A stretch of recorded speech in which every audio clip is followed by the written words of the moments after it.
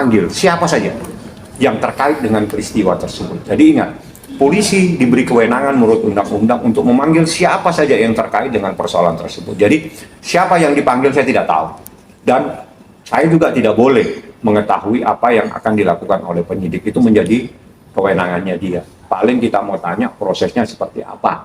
Artinya proses ini misalnya apakah sudah ada perlu penambahan saksi atau tidak dan sebagainya. Tapi yang memutuskan perlu tidaknya saksi ditambah, perlu tidaknya seseorang dipanggil, itu penyidik sendiri, bukan saya, atau bukan pun Nikita sebagai pelapor dalam perkara ini.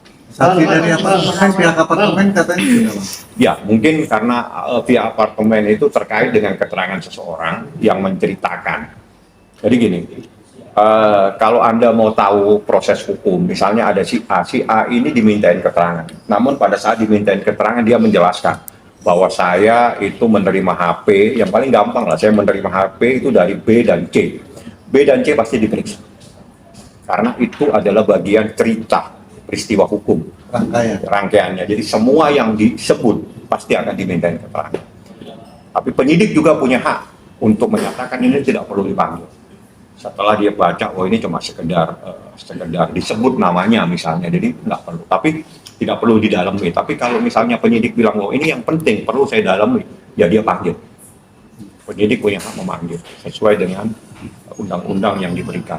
Ada kondisi Laura, Bang. Artinya kan kita kan sekarang lagi jalan-jalan ke Jepang. Nah, sekarang Laura ini dalam pengawasan siapa di rumah aman ini? Di rumah aman itu pengawasan daripada seingat saya itu Dinas Perempuan dan Anak, seingat saya. Jadi tidak terlalu mendetail. Saya mau tanya yang jelas itu lebih tenang, karena saya melihat ketenangan itu pada saat proses visum yang kedua.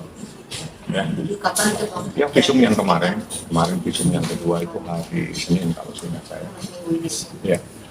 Jadi ketenangan itu saya bisa melihat pada saat proses itu, di mana dia masuk ke rumah sakit atau tempat proses untuk dilakukan visum itu dalam keadaan tenang, jalan sendiri, tidak dipegangi oleh siapapun.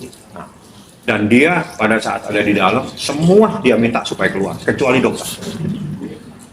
Termasuk pamannya, keluar semua. Saya mau tenang, saya siap untuk diperiksa. Nah, berarti ada hal yang lebih baik, kondisi kesehatannya, kondisi kejiwaannya, kondisi mentalnya itu lebih baik keadaannya saat ini.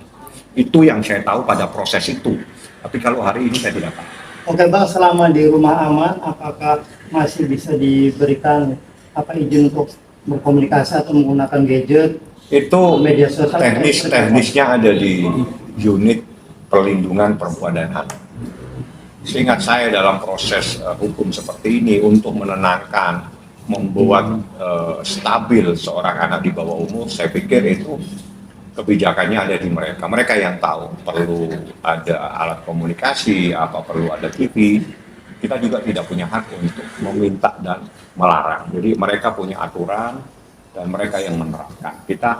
Kita hanya minta tolong supaya anak kita sementara biar ada di sana supaya lebih tenang keadaannya. Karena kalau tidak, nanti malah dia problem untuk dirinya sendiri dan membuat problem lagi, marah-marah dengan orang tuanya seperti itu. Bang, dibutuhkan waktu berapa lama sampai akhirnya bisa keluar dari rumah aman tersebut?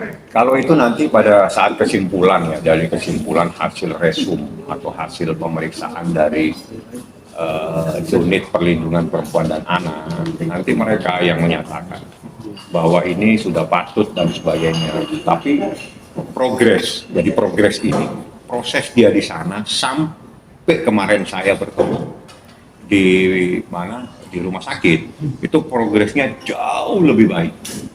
Nah, saya melihat lebih baiknya itu di saat dia begitu tenang dia masuk ke rumah sakit. Ya, tenang dia masuk rumah sakit, bahkan kakak pamannya pun tidak dibenarkan untuk mendampingi dia. Dan dia pada saat diproses itu tidak ada sebuah keberatan, memberontak ataupun dia menutup supaya dia tidak bisa, tidak ada.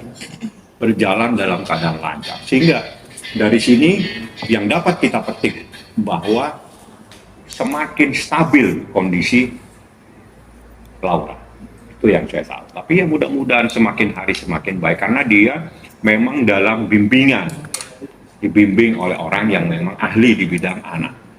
Apa aja Bang, mungkin atau psikolog atau Nah, saya nggak tahu. yang mendampingi. Laura sendiri dalam pendampingan psikolog nggak sih Bang? Pasti. Tapi apakah tiap hari didampingi psikolog saya nggak tahu. Yang jelas itu bagian dari proses perlindungan.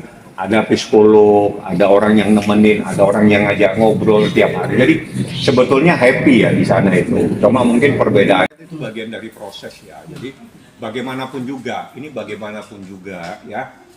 Berkali-kali saya coba sampaikan, seorang ibu itu tidak mungkin akan menyakiti anaknya.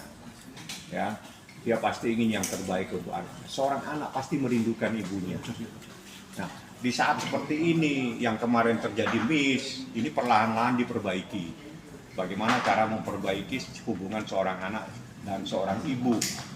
Nah, ya, alhamdulillah kalau memang itu sudah semakin membaik, karena memang itu yang kita harapkan. Karena memang tidak langsung serta-merta ada sebuah perubahan. Tapi kalau melihat perubahan step by step, ini perubahannya yang luar biasa. Jadi perkembangan yang luar biasa di mana secara psikis itu dia lebih stabil.